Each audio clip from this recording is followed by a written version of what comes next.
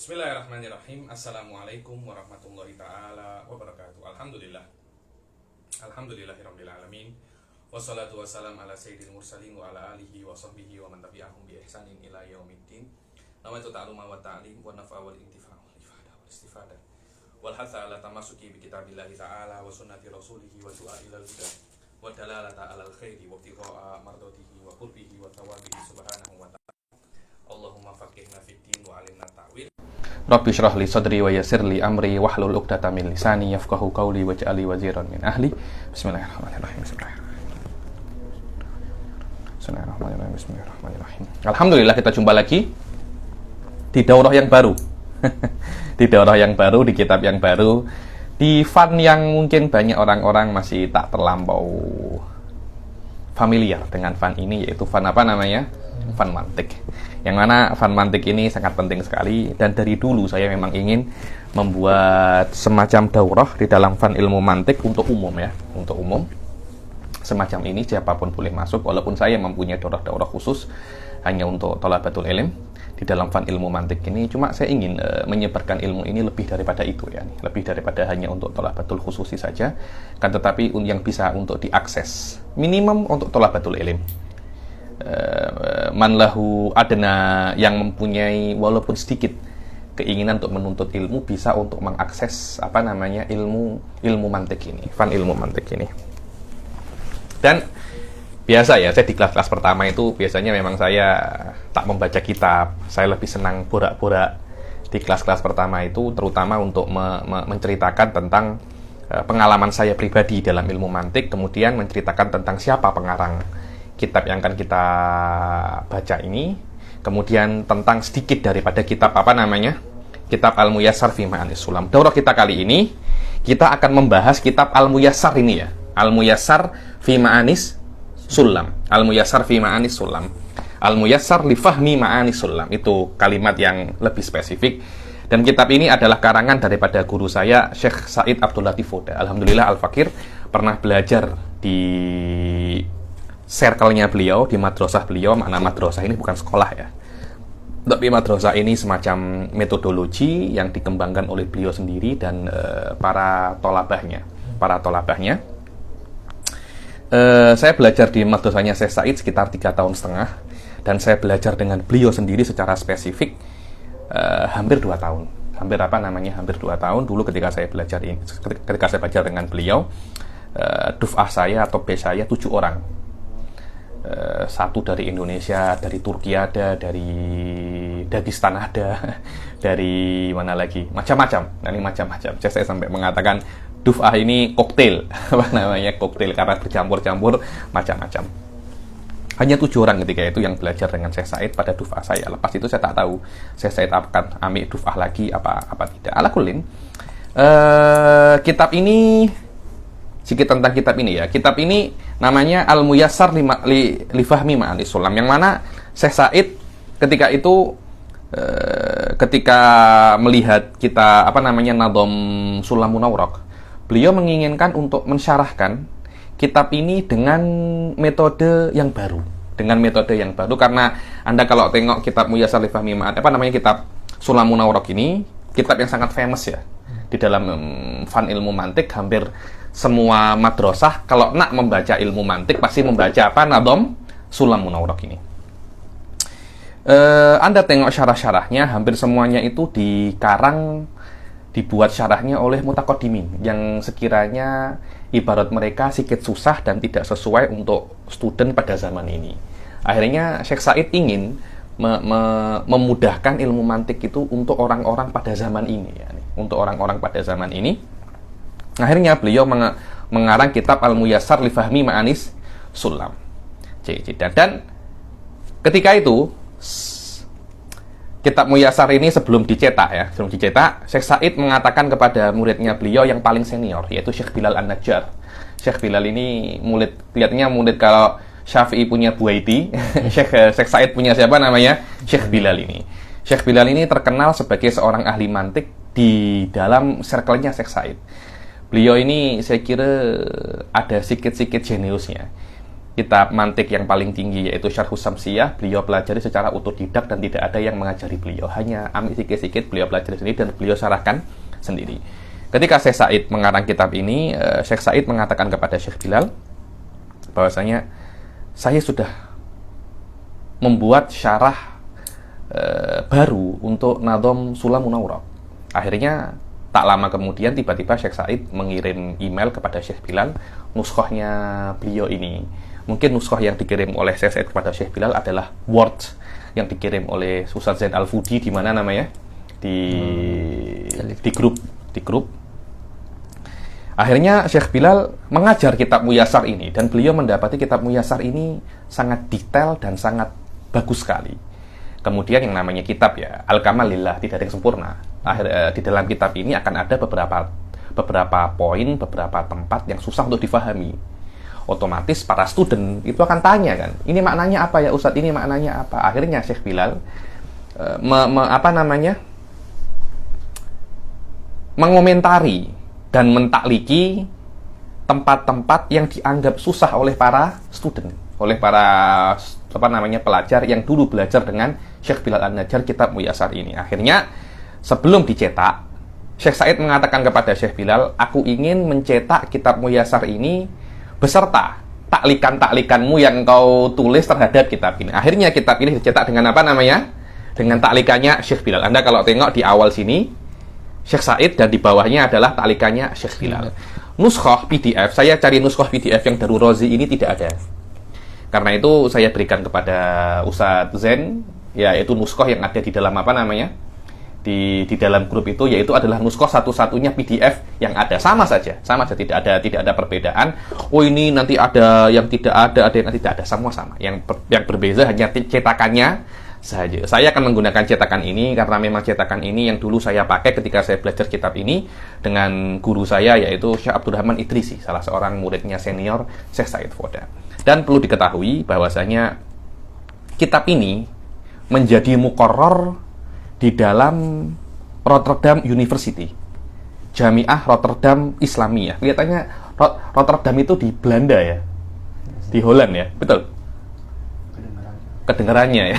Orang-orang Indonesia pasti tahu Belanda. Kita punya hubungan erat dengan apa namanya Belanda. 350 tahun mereka menjajah orang Indonesia. Kelihatannya Syekh Said mempunyai murid dan kawan senior namanya Syekh Jalal Al-Juhani. Yani Syekh Jalal ini mengajar di University Rotterdam Islamiyah. Dan beliau meminta Syekh Said untuk mengirimkan kitab mudah tentang mantik karena beliau diserai untuk mengajar subjek mantik. Hanya Syekh Said mengirimkan kitab Muyassar ini dan subhanallah oleh Syekh Jalal kitab ini dijadikan silabus di Universitas Rotterdam Islami. Yakni maknanya apa yang kita pelajari ini juga subjek silabus di kampus luar negeri. Jadi, ini hanya belajarnya kitabnya di online saja. Iya, kitabnya mungkin kitab Arab, tapi ini menjadi silabus kampusnya orang-orang barat. Jadi apa ya? Jangan kecil hati, kita mesti bangga mempelajari kitab mantik semacam ini ya. Jahit Jidang. Mumtaz. Dan kitab Muyassar li Fahmi Ma'ani Sulam ini aslinya oleh Syekh Said diamik banyak daripada Syarah Al-Quwaisini, salah seorang ulama Maghribah yani. Dan juga dari kitab-kitab yang lain, Sawa'un min Syarhis Sulam, daripada Syarhis Sulam dan hawasyinya Idhahul Mubham, atau Syarah Sulam untuk nadimnya sendiri juga ada. Begitu pula Hawasyi Sulam, yaitu Hawasyi Baijuri tentang tentang Sulam. Intinya majority kitab ini oleh Syekh Said diambil daripada Syarah Al-Quwaisini. Syarah Quwaisini mewujud ya nih. PDF-nya Anda boleh cari di mana namanya, di internet ada. Nanti kalau ada kesempatan nanti Ustadz Zain saya akan suruh untuk untuk kirim PDF PDF Syarah Quwaisini. Kita di dalam daurah ini kita tidak hanya membaca nadhom ya, tidak. Kita tidak hanya membaca nadhom, kita akan membaca syarahnya Syekh Said karena syarahnya Syekh Said ini sangat penting sekali karena memang keistimewaan Syekh Said bagaimana beliau itu bisa untuk mendekatkan ilmu-ilmu ini ke dalam generasi milenial zaman sekarang ini. Karena kalau kita nak belajar ilmu mantik, ilmu kalam, kita terpaksa untuk tengok ulama-ulama zaman dahulu. Tidak ada semacam halaqatul wasl. Apa halaqatul wasl itu? Hubungan. Tidak ada penghubung, konektor antara ulama zaman dahulu dan ulama zaman sekarang. Karena memang ilmu mantik dan ilmu kalam terutama hilang daripada saha Islamiyah itu cukup lama. Terutama dua-duanya sama sih, sama ya. Ini apalagi sekarang ini yang sedang tampak, mazhab yang sedang tampak pada zaman ini adalah mazhabnya Wahabi, yang mana mazhab Wahabi ini menguasai media, mereka uangnya banyak, mereka menguasai media di mana-mana banyak, apalagi mereka juga memberi beasiswa untuk sekolah di sekolah-sekolahnya Wahabi. Dan mereka ma'ruf ya, dari dahulu memang mereka tidak suka terhadap mantik dan ilmu kalam. Mereka membid'ahkan mantik, membid'ahkan ilmu kalam, sampai Ibnu Taimiyah mempunyai sebuah iskal masyhur ya, ini mengatakan bahwasanya mantik ini tidak ada gunanya. Kenapa? Kalau ente pandai tidak perlu mantik, orang bodoh tidak akan paham mantik. Lah mantik untuk siapa?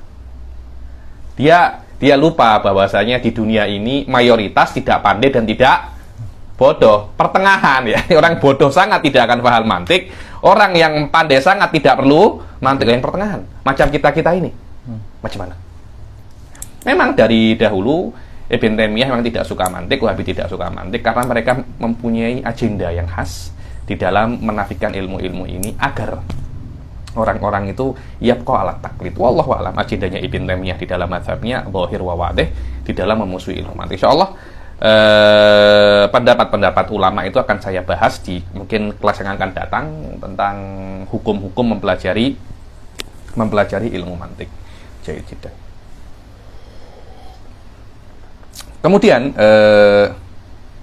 matan ini dikarang oleh seorang ulama yang bernama siapa? Abdurrahman Al-Akhdari.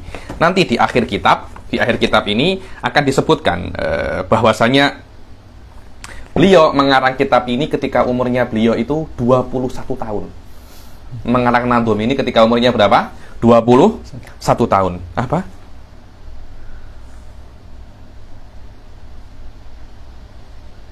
So, tengok di akhir di bait 139.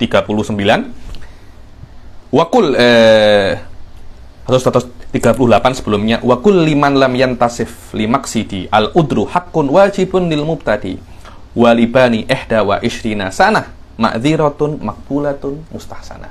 So, maknanya bagi kalau memang ada yang salah di dalam Nadhum ini dimaafkan, karena saya mengarang Nadhum ini ketika umur saya berapa? 21 tahun. 21 tahun Imam Al-Akhdari ini sudah mengarang apa namanya Nadhum yang sampai sekarang dijadikan sebagai silabus mempelajari ilmu mantik di dunia ini.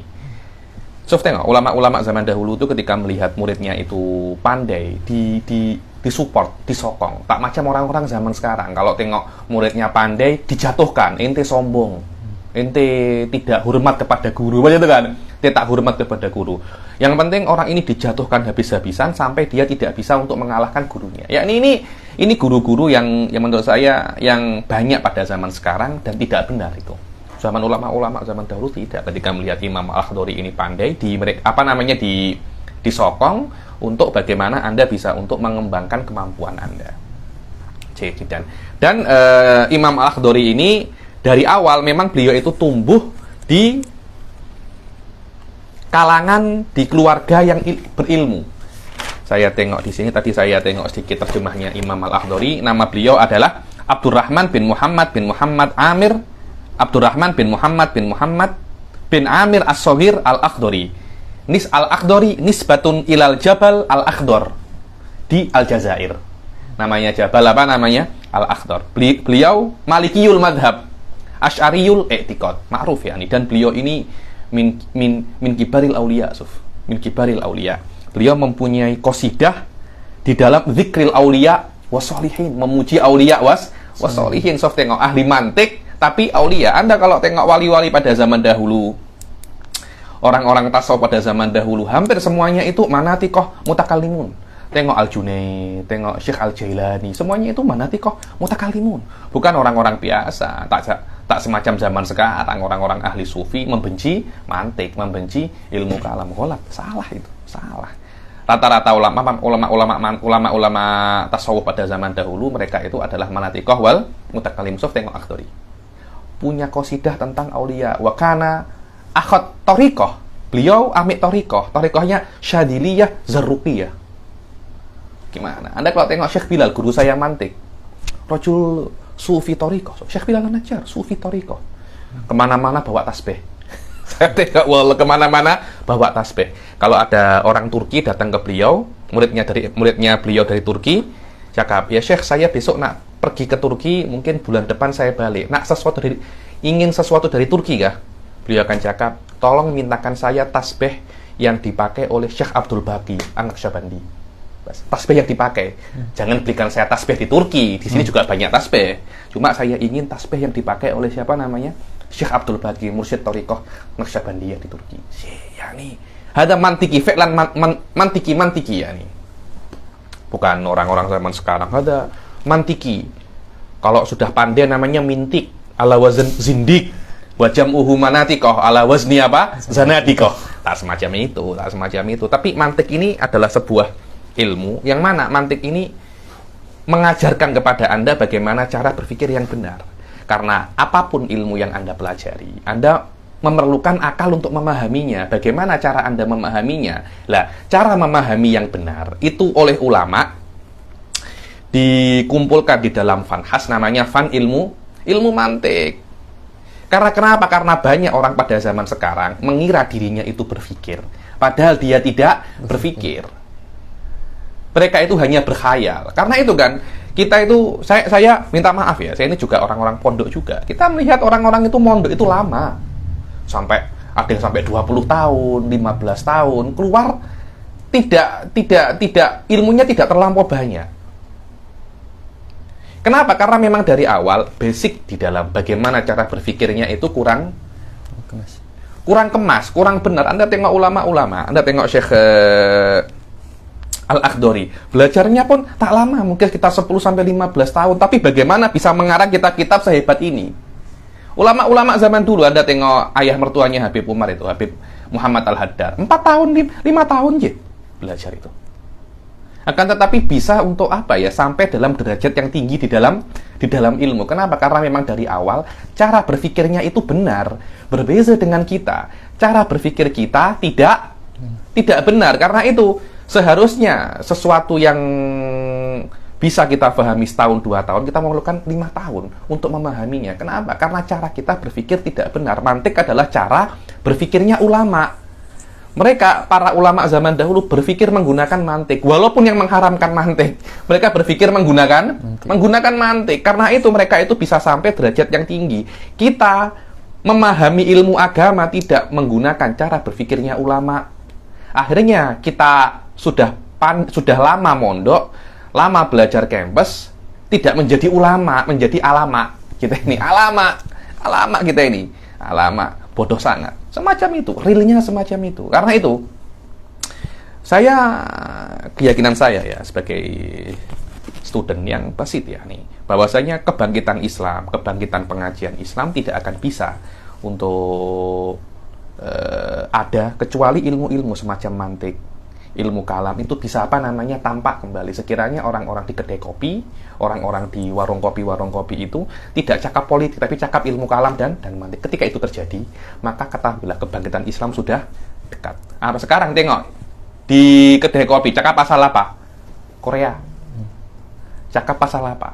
Pasal tak tahu pasal apa, pasal Naruto mungkin. Pasal pelik-pelik, tapi hampir sedikit sekali yang cakap pasal ilmu yang hakiki. Wallahu alam. Kita kembali lagi ke Syekh Abdurrahman Al-Akhdari. Beliau, nama beliau Abdurrahman bin Muhammad bin Amir As-Saghir Al-Akhdari, nisbah kepada jabal namanya Jabal Al-Akhdar fil Jazair. Beliau Malikiyul madhab, Asy'ariyul i'tiqad. Madhabnya Maliki, fikihnya Maliki, akidahnya apa? Asy'ari. Rata-rata orang-orang Maghribah ini Asy'ari. Sudah Asy'ari qat'an ya. Beliau lahir, ada yang mengatakan lahirnya beliau 918 Hijriah. Wa huwa ma'alaihi Syekh Bilal. Tapi kelihatannya ada yang yuhakik lahirnya beliau tidak 918, tapi 920. 920 Hijriah. Ala kulim. Dan beliau meninggal juga tahun 983 Hijriah. Beliau lahir di kota namanya Bentius. Kira-kira dari Baskaroh. Tahu Baskaroh? Ma'ruf ada jamiah namanya Jamiah Baskaroh. Di Jazair, kira-kira dari Baskaroh jaraknya 30 km. Bentius ini. Dan subhanallah ada jamiah namanya Jamiah Bentius ini, jamiah namanya Jamiah Baskaroh. Syekh Abdurrahman Akhdari dijadikan penelitian. Pokoknya subjek penelitian itu adalah orang yang bernama Abdurrahman Al-Akhdari, karena ada yang mengatakan beliau itu alim di banyak sekali fan. Tengok ulama. Kita ini sekarang, saya doktor di dalam fikih. Maknanya Anda jahil fil hadis, wa jahil fil apa namanya? Jahil fil Quran. Ulama-ulama dahulu tak semacam itu. Mereka itu alimnya multifan. Saya tengok tadi ada beberapa wawancara para profesor di Jamiah Baskaroh. Mereka mengatakan Abdurrahman Akhdari ini dikatakan beliau ini alim di dalam riyadiyat, matematik. Matematik. Karena beliau mempunyai kitab faraid namanya apa? Ad-Durratul Baydha fi ahsanil fununi wal asya. Di dalam kitab itu beliau menjelaskan bagaimana cara menghitung, cara membagi. Yakni cara yang pelik-pelik beliau tahu semua. Cara yang aneh-aneh di dalam matematik beliau tahu semua. Karena itu para ulama mengatakan hadza rajul alimun fir riyadiyat. Alim di dalam matematik. Hatta syarahnya beliau, Sulam siapa itu? Damanhuri. Saya pernah tengok Imam Damanhuri dalam Idhul Mubham di Mesir, bahwasanya Imam Damanhuri ini dianugerahi alim di dalam 27 fan. Yang terakhir dikatakan beliau itu alim dalam bidang falak. Dalam bidang falak. So, tengok ulama-ulama Islam. Yakni mereka itu alim di segala di segala funun. Maknanya 27 fan. Kalau sekarang maknanya Anda mempunyai doktorah PhD di dalam 27 fan. Pada junun ada. Saya ini sesuatu yang sikit-sikit gila ya nih. Bagaimana ulama-ulama pada zaman dahulu itu mempunyai ilmu yang sangat besar. Beliau juga meninggal di Bentius juga. Dan ketika beliau itu belajar, awal-awal beliau belajar dengan ayah dan kakaknya. Ayahnya beliau Muhammad As-Shaghir. Muhammad As-Shaghir ini juga dikatakan adalah alim tasawuf. Saya tengok tadi ada satu orang hanya membahas tentang siapa itu Muhammad As-Shaghir. Sekitar 30 page, 30 halaman hanya membahas tentang ayah daripada Imam Al-Akhdari. Begitu pula Imam Akhdari pertama kali belajar dengan kakaknya yang paling besar, kakaknya yang sulung, namanya Ahmad Al-Akhdari. Ahmad Al-Akhdari. Dan dua-duanya itu pengajar di dalam zawiyah, namanya zawiyah Muhammad bin Amir. Atuknya Abdurrahman Akhdari mempunyai zawiyah. Ya, dulu awal-awal Abdurrahman Al-Akhdari ini belajar di zawiyah. Zawiyah ini adalah madrasah shaghirah ya. Jadi kalau di Indonesia, di Malaysia namanya Majelis Taklim. Di Tarim namanya apa? Rubab. Di Syiah namanya apa? Ada Syiah itu namanya apa? Lupa saya. Orang-orang Sufi namanya apa? Zawiyah. Dulu namanya Khoniqah. Namanya apa? Khoniqah. Syiah mempunyai istilah sendiri. Apa tuh lupa saya. Namanya orang-orang Syiah untuk mensifati madrasah yang khas. Orang-orang Sufi dan orang-orang Maghribah mengatakan nama itu adalah apa? Zawiyah. Dan kemudian setelah beliau belajar dengan ayah dan kakaknya, beliau musafir ke Tunis. Ke Tunis, ke tempat namanya Jami'uz Zaitunah. Di Jami'uz Zaitunah ini beliau belajar banyak sekali dan banyak jumpa ulama. Setelah menyelesaikan pelajarannya di Jami'uz Zaitunah ini kampus yang lebih tua daripada Al-Azhar ya dikatakan ya. Betul Ustaz? Ustaz, tandakan Azhari kan. Katanya lebih tua daripada Azhar itu, Jami'uz Zaitunah itu. Dan kemudian setelah beliau selesai di Jami'uz Zaitunah, beliau pergi ke Konstantina. Ke Turki, Konstantina itu. Konstantina itu katanya pada zaman itu Konstantina itu ulamanya banyak. Memang rata-rata ulama-ulama makul itu ajami semua. Rata-rata memang ajami semua. Beliau di sana belajar banyak sekali. Setelah beliau menyelesaikan pelajarannya di Konstantina, beliau kembali lagi ke tempat kelahirannya yaitu Bentius. dan menghidupkan lagi zawiyah yang ditinggalkan oleh atuknya, dan zawiyah itu oleh beliau dikembangkan menjadi sebuah madrasah, yang mana madrasah itu akhirnya menjadi mempunyai reputasi yang sangat tinggi sekali, yang banyak sekali student datang ke madrasah tersebut. Dan dikatakan Syekh Abdurrahman Akhdari ini kana tuhibbul khalwah, suka khalwah, dan dikatakan itu suka ke gunung. Karena itu kalau ada orang ke Gunung Jerai, jangan pelik Anda. Jangan pelik. Imam siapa namanya? Al-Akhdari kana tuhibbul khalwa ilal jibal. Anda kalau tengok kitabnya beliau, kalau tak silap, Jauharul Maknun, selesai dikarang dalam keadaan beliau itu di mana namanya? Di jibal. Ketika khalwa, hatinya tenang, bisa tulis kitab dengan selesa. Bisa tulis kitab dengan selesa. Karena ketika beliau itu khalwa ke gunung, beliau mendapatkan ketenangan rohani,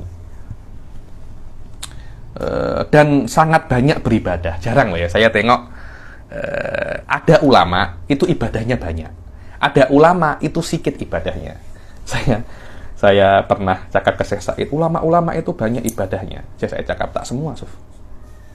Tolak ukur ulama ini pandai atau tidak bukan ibadahnya itu banyak, kan, tapi ilmunya macam mana. Anda tengok Aduddin Al-Iji, salah seorang ulama besar di dalam ilmu makurat.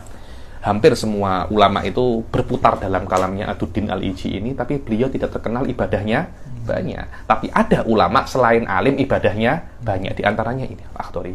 Wa minhum Imam As-Sanusi. As-Sanusi hada raisut thariqah, yani. Raisut thariqah As-Sanusi, ya. Dan di antara guru-gurunya Syekh Abdurrahman Akhdari namanya Syekh ayahnya sendiri Muhammad As-Soghir, dan abangnya Ahmad bin Muhammad As-Soghir. Kemudian Syekh Abu Abdillah Muhammad bin Ali Al-Kharrubi. Ini Al-Kharrubi ini adalah Syekh thariqahnya Imam Akhdari, yang mana beliau amik daripada Al-Kharrubi ini thariqah Syadiliyah dan thariqah apa? Zarruqiyah. Wa Syekh Abdurrahman Ibnul Qorun Ahmad Al-Murabiti. Begitu pula yang kelima, Syekh Umar bin Muhammad Al-Kamat Al-Ma'ruf bil Wizan. 5 syekh ini adalah guru yang paling mempunyai peran yang paling besar terhadap Syekh Abdurrahman Al-Akhdari. Dan dikatakan Syekh Al-Akhdari ini selain beliau itu alim di dalam ilmu mantik, beliau ini alim di dalam fikih, Suf.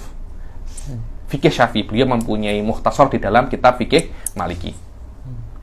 Wakila, tak tahu benar apa tidak, salah seorang guru saya, Syekh Ridwan, mengatakan bahwasanya Abdurrahman Al-Akhdari ini terkenal dengan julukan Al-Madhahibi. Makna Madhahibi ini alim dalam segala madhab, dan dia bisa berfatwa dalam madhab 4 apapun. Bisa berfatwa. Hada ulama kita ya, nak belajar dalam madhab Syafi'i pun tak habis-habis. Imam Al-Akhdari berfatwa di dalam 4 madhab.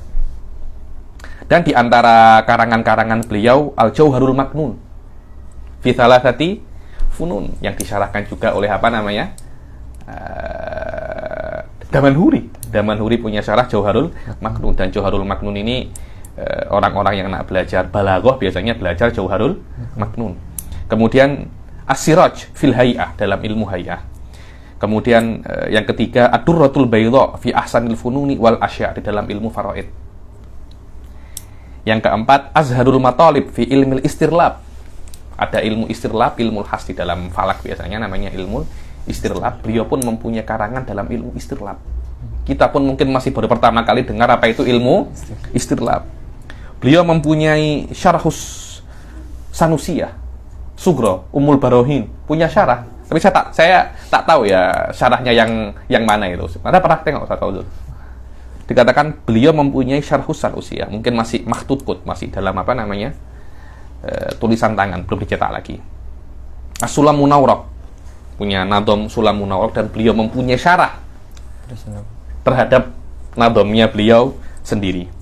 Kemudian beliau mempunyai karangan Mandumatu Qawaidil I'rab ala Kitabi Mughnil Labib. Mempunyai nadom Mughnil Labib. Syekh khatir, Mughnil Labib itu levelnya jauh di atas Alfiyah. Beliau mempunyai apa? Nadomnya. Syekh khatir ya ini. Yang kedelapan Ad-Durratul Bahiyah fi Nadmil Jurumiyah. Beliau mempunyai nadom Jurumiyah, dan masih banyak kitab-kitab beliau. Beliau mempunyai qasidah fi Dzikril Auliya wa Sholihin, dan banyak kitab-kitab lagi tentang sastra tentang beliau mempunyai Mukhtasar Kitabul Ibadat, dan di dalam Jami'ah Baskaroh beliau ini dianggap sebagai alim matematik dan juga sebagai sastrawan. Syair-syairnya beliau banyak sekali. Dan tadi saya tengok, saya dapatkan ada seorang namanya Buziani Ad-Darraji. Beliau mengarang tentang sosok Abdurrahman Al-Akhdari ini dalam 2 jilid. Hampir sekitar 750 page hanya membicarakan sosok siapa? Abdurrahman Al-Akhdari. Maknanya ini bukan orang biasa. Jadi dan mungkin cukup sampai sini pasal Abdurrahman Al-Akhdari. Sebenarnya banyak sekali yang nak saya sampaikan pasal Abdurrahman Al-Akhdari, cuma saya tak nak terlampau panjang karena saya kena berbicara sedikit tentang syarih terhadap Nadom ini, yaitu kitab yang akan kita pakai, yakni Al-Muyassar, yaitu Syekhuna Lisanu Ahli Sunnah wal Jamaah, Qudwatuna fi Ma'rifatillah, Syekh Said Abdul Latif Oda. Dan saya, alhamdulillah, saya termasuk orang yang diberi taufik oleh Allah untuk bertemu dengan beliau dengan isyarah daripada guru saya, Mufti Sewun Sayyid Abdurrahman bin Abdullah Sekof, ya, yang beliau menyuruh saya untuk ke Jordan, belajar di Uwais University, khususan untuk berjumpa untuk berjumpa Syekh Said Abdul Latif Oda. Dan sebelum saya belajar dengan Syekh Said Abdul Latif Oda, saya belajar dulu dengan muridnya beliau, ya ini Syekh Muhammad Akram Abu Ghosh. Kalau Anda tengok di Facebook, Anda akan sering jumpa beliau, ya, ini nama beliau Syekh Muhammad Akram Abu Ghosh. Saya akan sedikit sebutkan tentang sirah datiyah Syekh Said Abdul Latif Oda, ya. Ini saya orang yang sedikit dekat dengan Syekh Said, dan sampai sekarang pun saya masih sering WhatsApp kepada beliau, ya. Nih, kitab ini sendiri saya hatamkan dengan murid beliau yang senior, yaitu Syekh Abdurrahman Idrisi. Nasab mantik saya kepada muridnya Syekh Said yang paling senior, yaitu Syekh Bilal An-Najjar. Syekh Bilal An-Najjar saya menghatamkan dengan beliau Syarah Tahdhibul Mantik dan Muwajjahat, bukan Muwajjahat, Mukhtalitat daripada kitab Syamsiyah, yakni bab yang paling susah daripada kitab Syamsiyah, yaitu Mukhtalitat. Saya belajar di rumahnya Syekh Bilal, dengan Syekh Bilal langsung pada pukul 11 malam. Mulanya pada pukul 11 malam, selesai pukul 1 malam bila. Ala kulin, saya Said Abdul Latif Oda. Anda kalau tengok saya Said Abdul Latif Oda, saya pribadi ketika saya belajar dengan beliau, saya itu merasa macam saya melihat Imam Ghazali, saya melihat Imam Razi masih hidup di depan saya. Hampir semua kitab yang pernah saya baca judulnya di filsafat dan ilmu kalam, imma Syekh Said pernah baca atau Syekh Said sudah tulis komentar. Jadi saya tahu kitab baru dalam filsafat, saya tengok Syekh Said sudah punya takliknya terhadap kitab tersebut. Dan Syekh Said, karangan Syekh Said sekarang, kira-kira 2 tahun yang lalu, saya tengok ada orang mengumpulkannya karangan kitab yang sudah beliau tulis, kitab saja, ya, sekitar 100 lebih, 105, 110 semacam itu dulu 2 tahun yang lalu. Itu hanya kitab, belum jurnal. Ditambah dengan jurnal, kira-kira ada orang yang mengumpulkannya lebih daripada 200. Ini bukan satu kitabnya 10 page, 20 page, tidak. Satu kitab macam Syarhul Kabir ala Tahawiyah 2 jilid, Al-Kashifus Shaghir 700 halaman, itu satu. Beliau mempunyai berapa? 200. Anda kalau pikir tak masuk akal itu. Real mawjud. Dan hampir semua kitabnya itu mufidah, dipakai di Azhar, dipakai untuk thalabatul ilm, bukan hanya di Arab saja, bahkan di Turki, di mana namanya, di Dagestan, di Rusia, di Chechnya, di Shishan. Dan lil asaf Indonesia, Malaysia masih belum terlampau kenal dengan sosok Syekh Said Abdul Latif Oda. Dan saya pernah tanya kepada Syekh Said Oda, apakah ada orang Indonesia selain saya yang belajar dengan antum atau orang Malaysia? Setakat ini tidak ada. Yang belajar khususi dengan saya hanya Anta saja sampai saat ini. Dan Syekh Said Oda sejak kecil memang sudah jenius. Anda kalau tengok Syekh Said tak masuk akal, orang yang sangat jenius sekali dan sangat pandai sekali, istiqomahnya luar biasa. Tidak selesai membaca kitab kecuali membaca kitab yang lain, tidak selesai menulis kitab kecuali langsung di kitab yang lain. Saya tanya, memang sejak kecil beliau memang sudah jenius. Hampir kelasnya di dalam kelas itu selalu mendapat juara satu. Mendapat juara satu. Dan beliau mulai belajar agama itu sejak kecil. Guru yang pertama yang beliau belajar dengannya namanya Syekh Husain Zuhairi. Yang mana beliau belajar dengan Syekh Husain Zuhairi ini sebagian daripada fikih ala madzhab Syafi'i, dan banyak membaca Quran dengan beliau. Dan setelah beliau meninggal diselesaikan dengan anaknya, maknanya belajar dengan anaknya Syekh Husain Zuhairi. Dan banyak ambil masalah fikih, masalah nahwu dengan Syekh Husain Zuhairi. Kemudian Syekh Husain Zuhairi mengantarkan kepada, setelah selesai belajar dengan beliau, Syekh Husain Zuhairi mengantarkan Syekh Said kepada guru yang lain, yaitu siapa? Syekh Mukri Syekh Said An-Nabtawi. Dan ini Syekh Said An-Nabtawi ini adalah guru yang banyak disebutkan oleh Syekh Said Foda, yang beliau banyak ambil faedah daripada Syekh Said An-Nabtawi ini ketika beliau awal-awal menuntut ilmu. Syekh Said An-Nabtawi ini Mukri ini ahli Al-Quran, yang kalau ada apa Mukri itu bahasa Melayunya? Kori. Hah? Kori. Kori, bukan kori, Mukri. Mukri itu, ayo anta baca saya betulkan. Guru Quran. Tapi guru Quran yang profesional, yang level-level tinggi. Syekh Said belajar dengan beliau, dan beliau Azhari. Setahu saya beliau ini Azhari. Dan beliau juga mengajar akidah juga, akan tetapi akidah ini tidak diajarkan oleh beliau kecuali kepada Syekh Said Foda, karena beliau melihat Syekh Said Foda ini sangat antusias terhadap akidah pada saat beliau itu masih muda. Akhirnya ketika beliau itu datang ke pergi ke Mesir, mungkin nak tengok kawan atau nak tengok guru beliau balik ke Jordan membawa hadiah Syarhud Dardir alal Khoridah Bahiyah yang tebal itu. Ya Said Foda, tolong ini diikhtisor. Diikhtisor. Akhirnya beliau ikhtisor itu dan beliau hasyiai. Akhirnya ikhtisornya dan hasyiahnya lebih tebal daripada syarah yang asli. Ini terlampau Ini terlampau tebal. Hanya saya diikhtisor lagi. Sekarang yang jadi Mukhtasar Syarah Khorid yang dibaca oleh para thalabatul ilm di mustawa awal di dalam ilmu kalam. Kemudian setelah itu beliau juga berjumpa dengan Syekh Nuhul Qudah. Syekh Nuhul Qudah mantan ex mufti Syafi'iyah, mufti di Daulah Urduniyah Al-Hashimiyah. Dan juga beliau pernah belajar dengan Syekh Ahmad Jamal, tapi di dalam tasawuf. Dan di antara guru beliau yang paling beliau banggakan adalah Alimun Azhari. Kalau tak silap, Ra'isu Qismul Tafsir, wahwa Syekh Ibrahim Khalifah.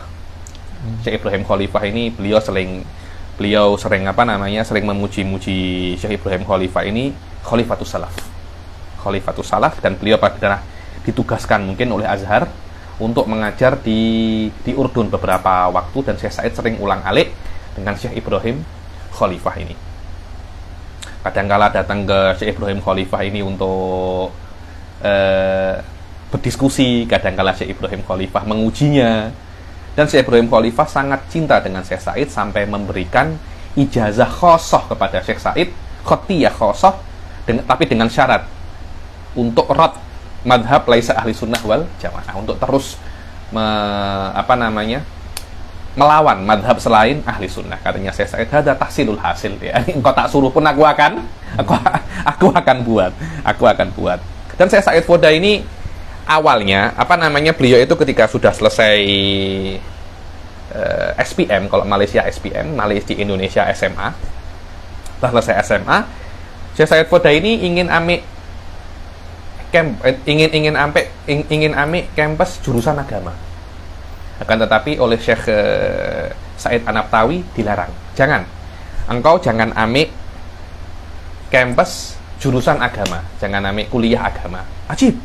Saya ambil kuliah apa? Akhirnya Syekh Said ambil Handasah Kahrubaiyah. Kalau orang Indonesia apa? Teknik listrik ya. Apa? Elektrik. Engineer electrical. Wah, engineer electrical. Orang Indonesia cakapnya teknik listrik. Ini Syekh Said ini engineer. Sampai sekarang pun Syekh Said punya perusahaan kecil lah, punya kantor kecil untuk ekspor impor barang-barang barang-barang bangunan, macam pipe, pipa, ya barang-barang bangunan. Saya pun ketika saya belajar dengan beliau Syarhun Nasafiyah, kitab tinggi dalam ilmu kalam, di kantornya beliau. Jadi beliau pakai dasi, tak pakai kopiah gitu, pakai kopiah, pakai dasi. Bila-bila beliau lepas meeting dengan kolega-kolega bisnis, kolega bisnisnya keluar, kita masuk ya. Setelah bisnis dengan orang-orang bisnismen, kita masuk orang-orang agama, masuk. Bila-bila saya pergi ke Sin, ke China untuk bisnis trip. Jadi saya ini bisnismen. Loh, macam mana? Bisnismen semacam ini loh. Anda tak tahu dah. Imam Abu Hanifah dulu itu tokai kain, yakni bisnismen. Imam Abu Hanifah, siapa yang tidak kenal? Kana yabiul baz. Anda kalau tengok ulama-ulama zaman dahulu itu banyak yang mereka itu bisnismen. Mereka itu berdagang. Kenapa? Karena mereka tidak ingin minta-minta orang lain. Dan saya saat itu berusaha, saya tidak ingin untuk minta-minta orang agar saya bisa untuk mengatakan apa yang saya ingin katakan. Yang saya rasa itu benar, saya boleh katakan. Dan tidak mungkin terjadi semacam itu kecuali ekonomi Anda pegang sendiri. Kalau dari awal Anda minta orang itu ada orang mengasihi Anda, akhirnya asal Bapak senang, bukan asal Allah senang. Karena itulah Syekh Said berusaha untuk independen di dalam ekonomi agar bisa untuk cakap apa yang beliau mau. Sampai beliau tidak masuk kampus, tidak menjadi guru di kampus, tidak menjadi dosen di kampus. Kenapa? Karena takut diatur oleh kampus. Akhirnya beliau ketika lepas SPM, beliau ambil engineer electrical, ambil teknik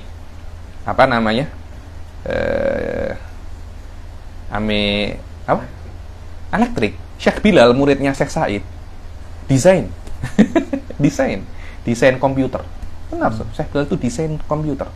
Handasah desain. Saya ketika dulu belajar ilmu kalam, belajar mantik, majority studentnya bukan orang agama. Satunya dokter mata, satunya takhusus handasah, yakni engineer, satunya ame bisnis. Macam-macam. Yang agama itu minority. Daripada 10 agama mungkin 4-3 macam itu. Yang majority bukan agama. Kenapa? Karena memang mantik ilmu kalam bisa Anda pahami, dan ketika Anda memahami mantik dan ilmu kalam bisa untuk membantu Anda memahami ilmu-ilmu selain agama, terutama mantik. Mantik itu adalah bagaimana cara berpikir yang benar. Ketika Anda mempunyai ilmu mantik, Anda bisa gunakan untuk memahami ilmu apapun. Kemudian setelah Syekh Said selesai di dalam degree di dalam elektrik, beliau mulai rot Wahabi, tulis kitab pasal Wahabi. Dan Wahabi itu macam rot Syekh Said pasal apa mengena anta dengan agama. Engkau kan muhandis kan, engkau kan engineer. Akhirnya Syekh Said tak nak dicakap begitu lagi, tak nak dirot begitu lagi. Akhirnya setelah beliau alim, kitab karangannya banyak, mulai ambil degree agama. Jadi ambil degree agama dalam keadaan beliau sudah tua, sudah mungkin umur 30 tahun atau apa. Jadi banyak pensyarahnya Syekh Said, muridnya Syekh Said. Jadi kalau ada pas jumpa muridnya Syekh Said, muridnya pun takut. Syekh Said, saya tak nak mengajar kalau ada anta, tapi saya terpaksa lagi ini. Ini tugas saya sebagai pensyarah. Kalau saya tak mengajar, nanti saya akan dipecat. Saya minta maaf Syekh Said, kalau anta nak gantikan saya mengajar, sila. Tak apa mengajar.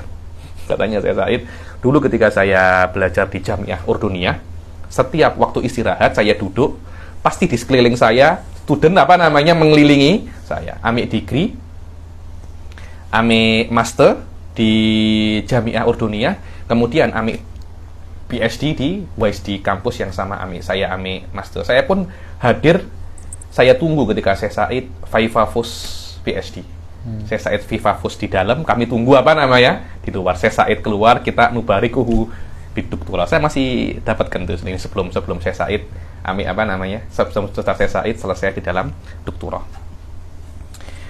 Dan baru setelah itu tidak ada yang boleh komplain Syekh Said bahwasanya saya, walaupun saya muhandis, saya pun juga punya PhD di dalam PhD di dalam agama, S3 di dalam agama. Dan Syekh Said pandai bahasa Inggris dan bahasa Italia. Bahasa Italia. Dan beliau mempunyai banyak sekali hubungan dengan para masyayikh, dan hubungan beliau dengan Habib Umar dan Habib Ali Al-Jufri sangat erat sekali. Dan bahkan Fatrah Habib Ali Al-Jufri mengirim beberapa muridnya beliau untuk belajar kepada Syekh Said Foda, dan Syekh Said Foda ketika datang ke Mesir pasti singgah di tempatnya Habib Ali Jufri Raudatul Jannah Syekh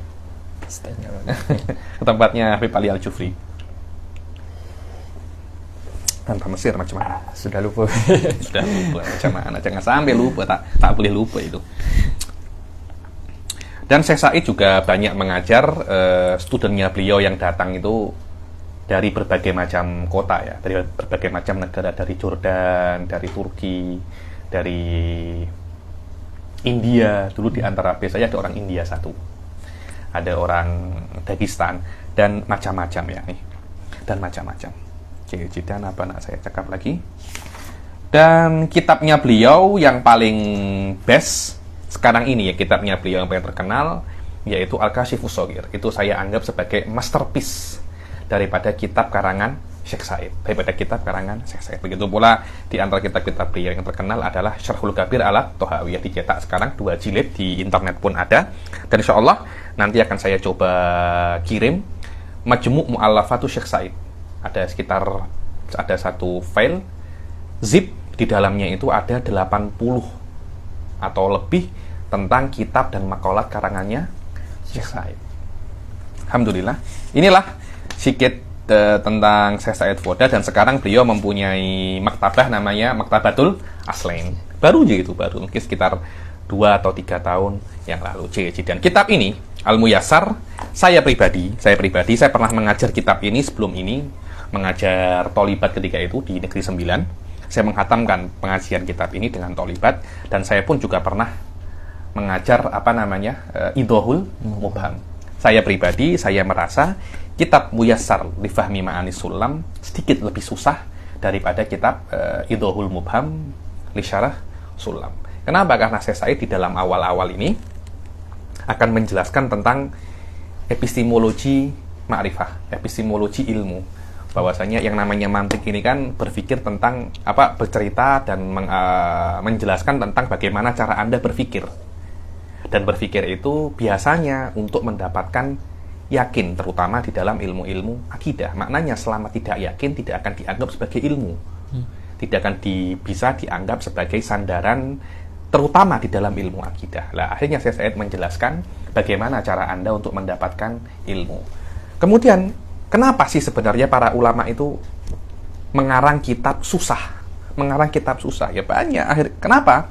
Di antara hikmah para ulama itu mengarang kitab yang susah untuk difahami, terutama untuk kalangan-kalangan mubtadi'in. Karena mubtadi'in ya, nanti Anda akan merasa kesusahan dalam ilmu mantik, terutama yang baru pertama bersentuhan dengan ilmu mantik. Anda akan merasa kesusahan.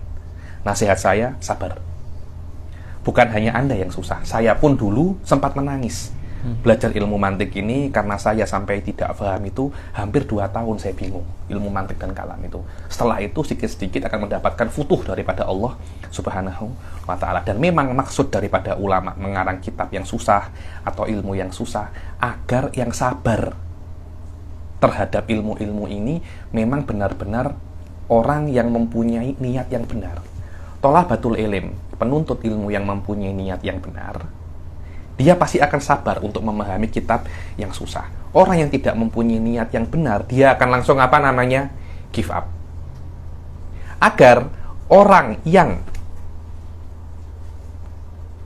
tidak mempunyai semangat atau ilmu yang banyak, dia tidak akan berani untuk cakap pasal mantik dan ilmu kalam. Hatta la yatajarraun. Anta pernah belajar mantik, saya tak mampu, diam. Memang ini adalah Ini adalah hikmah kenapa beberapa ilmu itu susah dan kenapa beberapa ulama itu mengarang ilmu yang mudah dengan cara yang susah agar tidak membaca kitab itu kecuali yang niatnya benar. Dan tidak semua orang boleh membaca kitab itu. Kalau semua orang boleh membaca kitab dan boleh paham, akhirnya semua orang itu ulama. Kalau semua orang ulama, tidak ada orang yang bodoh. Selama tidak ada orang yang bodoh, yang alim pun tidak ada. Karena ulama itu ada karena ada orang yang bodoh. Kalau semuanya bodoh, tidak ada yang bodoh. Semuanya alim, tidak ada yang alim. Alim dan bodoh itu nisbi. Ya inilah hikmah daripada adanya kitab-kitab yang sedikit susah dan ilmu-ilmu yang sedikit susah seperti ilmu ilmu mantik. Saya pribadi sebenarnya ilmu mantik ini tak terlampau susah. Anda perlu fokus, Anda perlu fokus saja untuk bisa memahami ilmu mantik. Jidan, apalagi nak saya cakap Ustaz Fauzul.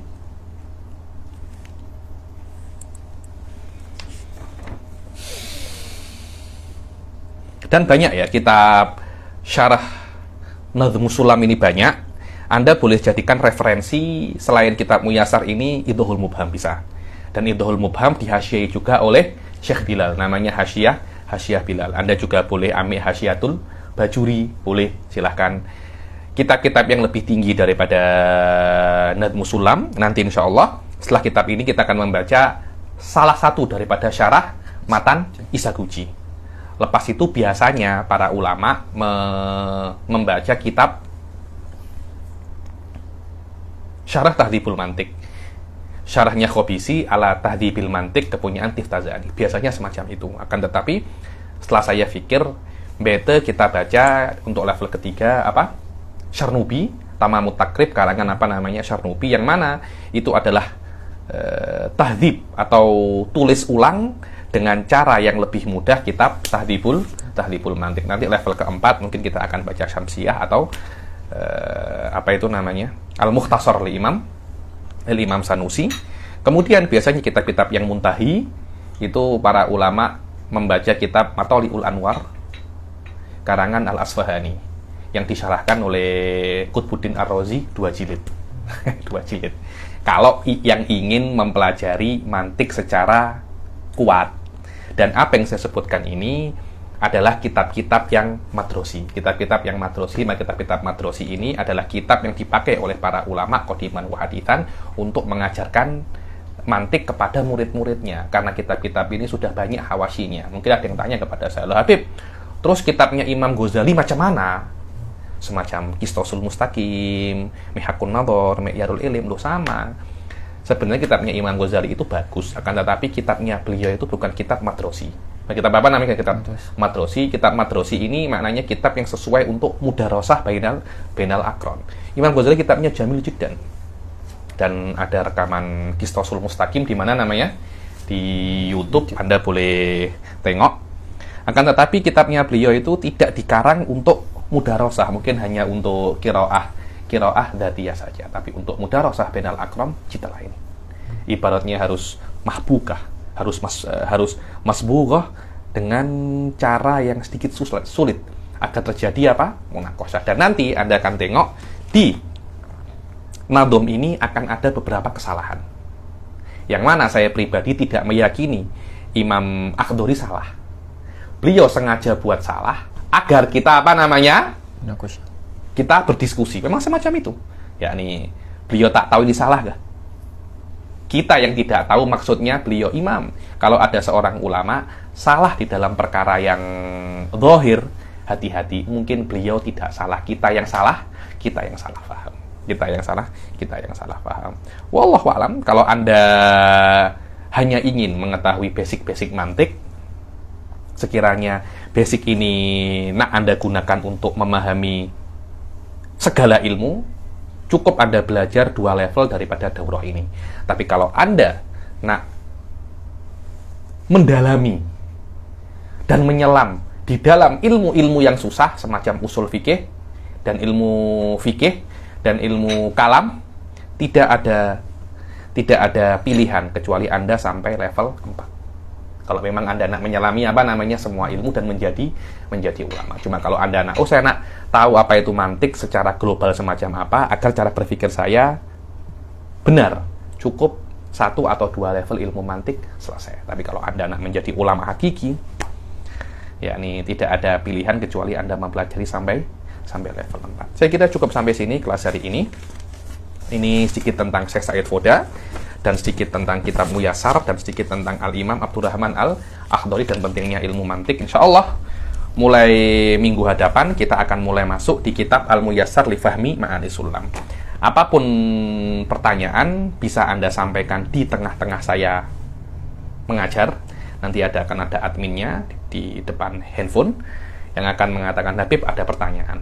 Tapi saya prefer untuk tidak bertanya ketika pertengahan kelas.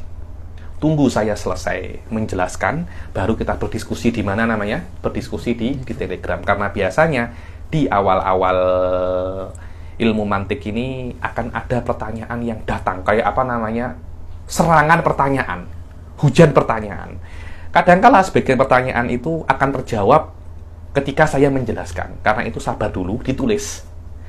Pertanyaannya ditulis. Setelah kelas selesai, silahkan pertanyaan apapun tentang mantik ya. Dan secara spesifik bukan hanya mantik saja, mantik dan kelas pada hari ini. Atau kelas yang sudah lampau. Jangan tanya di mantik masalah fikih. Jangan tanya di grup mantik masalah ilmu kalam, Jangan tanya di mantik masalah lughah, jangan. Karena ada tempatnya masing-masing. Kalau kita bahas di daurah ini tentang ilmu kalam, tentang fikih, tentang lughah, tak akan selesai. Karena target kita menyelesaikan level 1 ini 25. Saya tak nak lebih daripada 25. Kalau bisa kurang boleh.